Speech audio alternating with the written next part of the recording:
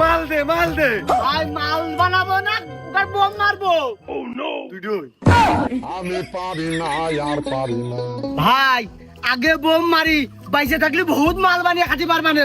এই মার বোম মার মাথায় মারছে তো না, আমার উপর দিয়ে মার।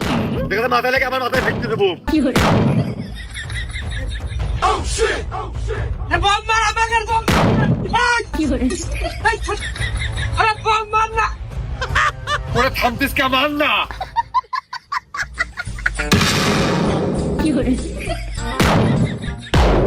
হে প্রভু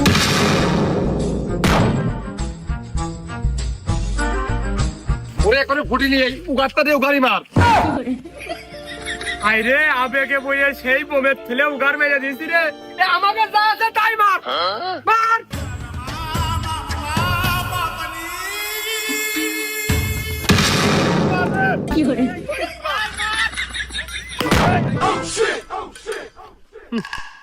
বোম কানের গোটে চলে যাবে, কানের লতি শুয়ে চলে যাবে।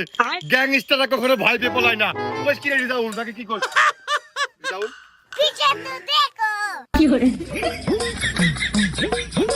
ভাই আমরা আছি, আপনার টেনশন করার দরকার নেই। আপনি সামনের তে লড়েন, আমরা পিছন তে লড়তেছি। হে প্রভু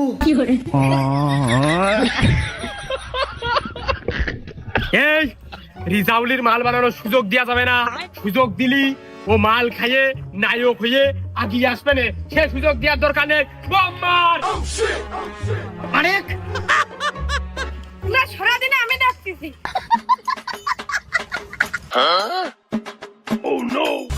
चले गया चांद कहाँ आसमां को छोड़ के।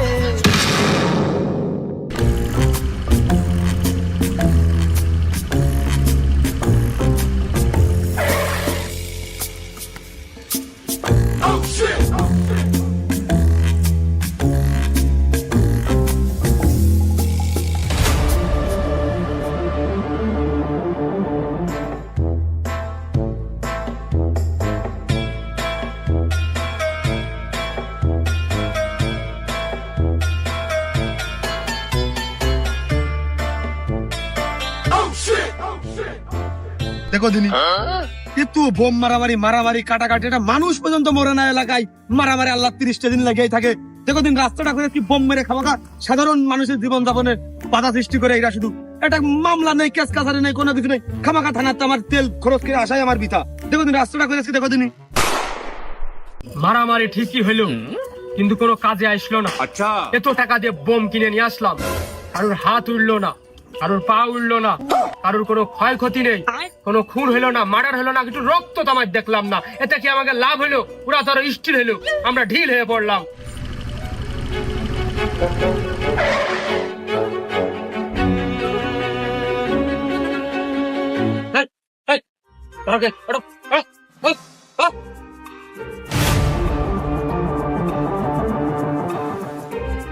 গতকাল বাজারের ভিতরে যে অনৈতিক কর্মকাণ্ড, বোমা হামলা প্লাস বোম ফায়ার, যেগুলো কর্মকাণ্ড অনৈতিক কর্মকাণ্ড সাধিত হয়েছে, এর সাথে কি আপনি জড়িত আছেন বা আপনি এই বিষয়ে কোনো কিছু অবগত আছেন?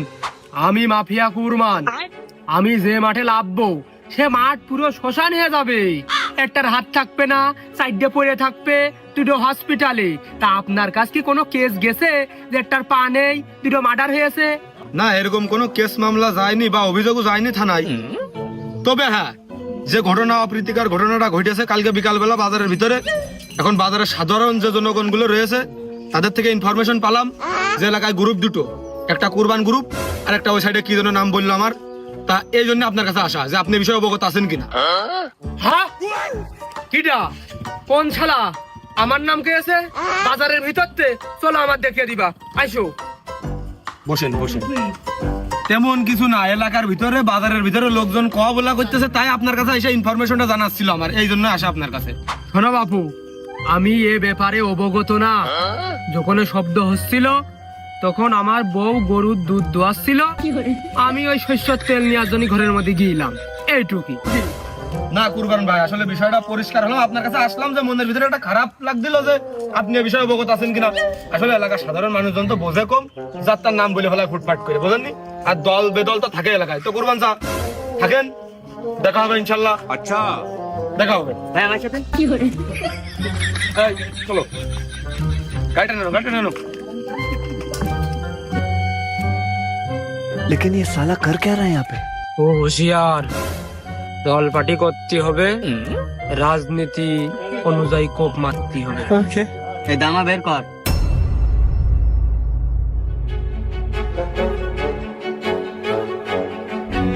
लेकिन ये साला कर क्या रहा है यहाँ पे?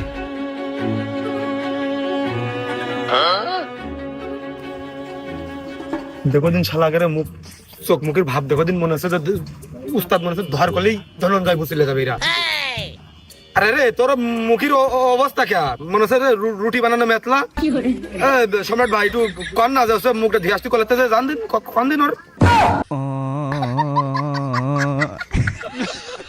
ভাই আমার চেহারাই এরকম, আমি পেটে থাকতে আমার মা সাতালে কাজ করতো।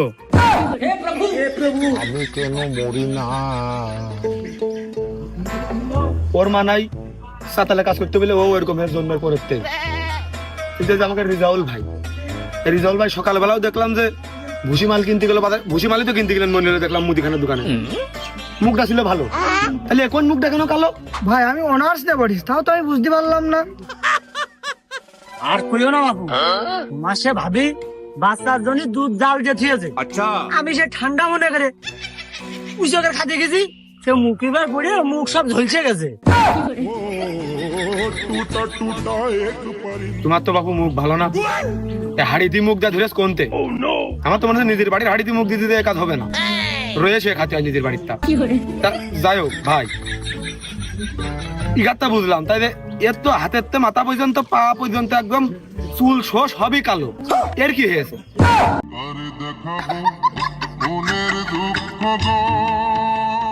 আমারে ভাইস্তে এ সৌদি আরবের ওই মরুভূমির মধ্যে উঠছে আর চাকরি করতো, আর মাঝে মধ্যে যে আজুয়া খেজুর আছে না, ওই খেজুরের গাছ ঝুড়তো। এই সূর্য তাপ উপরতে নিচে আবার বালি গরম হয়ে ওই এরকম সব কালো হয়ে গেছে। সব কালো তুমি দেখে সব কালো? দেখ আমরা আইনের লোক, প্রশাসনের লোক, এরা কিছু মনেই করতেন না। আমার খুব ইগোয় লাগতেছে, জানিস এটা? তুইও জানিস। আমার লাগতেছ না, আমি শুধু এসএসসি পাস। আমার সম্পূর্ণ ইসি লেগেছে, মাইন্ডে আমার সম্পূর্ণই মাইন্ডে লেগেছে।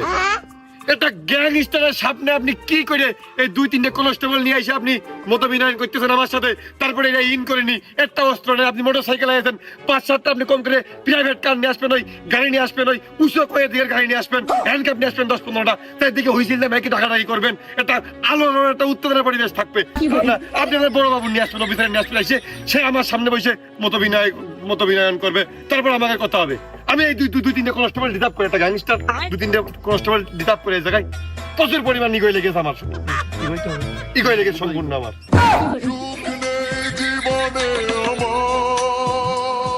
সম্রাট ভাই দেখেন, আমরা আইনের লোক তো, আচ্ছা আমাদের সবার উপর একটু নজরদারি রাখতে হয়। আমাদের থানা থেকে বলে উপর থেকে পারমিশন আসে, সেই তুলনায় আপনার সাথে আমি একটু সমন্বয় করতে আসছিলাম যে এই বিষয়ে আপনি অবগত আছেন কিনা, যে কালকে যে অপ্রীতিকর ঘটনাটা বাজারের ভিতরে ঘটেছে এই বিষয়ের উপরে।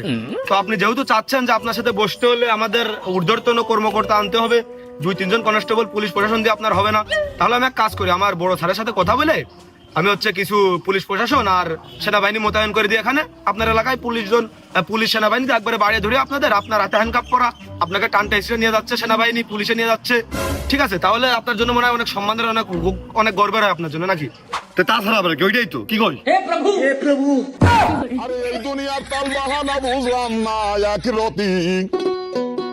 আসলে আপনি ঠিক বলেছেন সম্রাট ভাই। তাহলে এক কাজ করি ভাই, ওই আপনার যেহেতু আমাদের সাথে হবে না, তাহলে আমি আমার বড় স্যারকে জানাই, উপর মহলে জানাই, ওই কালকে সকালের দিকে আমরা আসি, আমাদের সাথে আমাদের 14 সেনাবাহিনী ভাইরাও থাকবে, আমরা দিয়ে সেনাবাহিনী দিয়ে একবার এসে আপনার সাথে বসা করা করি, নাকি? এটা আপনার জন্য ভালো হয় না? মানে 2-3 মাস শব্দ হেস খানিক ওই এটা গ্যাংস্টার একটা এলাকায় পা দিয়ে একটা আওরণ সৃষ্টি করে না। আমার ওই রিজাউল ও ভাজা পোড়া খাইয়ে ওর অবস্থা খারাপ, মালটা খাইতে বাদ দিয়ে দিয়েছে, ওর গ্যাস বেড়েছে, 2-3 দিন পাত মেরেছে ওই জায়গায়। আর আমি গেছি ওই খুশিতে এলাকার লোকাল ছেলে পেলে 2-4 বিড়ি ভাজি ছেলে মেরে এনজয় করেছে, উত্তেজনা করেছে, এই আর কি। অনেক কোনে গেলি তোরা? ভাই ওই রিজাউলের পকেটে মাল ছিল তাই ওই বাগানে থসতে গেলাম, যদি থানায় যাতে হয় ধরা পড়লে একটা সম্মানের বিষয় না, এই জন্যই। আর ওর বুঝাতে গেলাম যে মাল সবসময় কাছে রাখবি না। তা সাইজনই গেলি, তুই নাই বুঝত গেলি, আর লোক কেটে গেল। ওই বাগানের মধ্যে আরো 2-3 গ্রুপ খাচ্ছিল, তা ওকে সাইড করে দিলাম। মিশে কথা কইছিস? এনে পুলিশ বসে আর আমি বসে, আর হেনে বসে মানছি ওই বাগানের মধ্যে ওই করতেছে, ওই পাগলে কামড়ি আছে। ভাই ওই সেনাবাহিনীর কথা শুনে ভয়তে বাগানের ভিতর পলাইলাম। ওই পুলিশ শুধু একা আসলে পলাতাম না, 2 গ্রুপ মিলে মোতায়েন করতেছে, এই জন্যই ভয়তে পলাইলাম।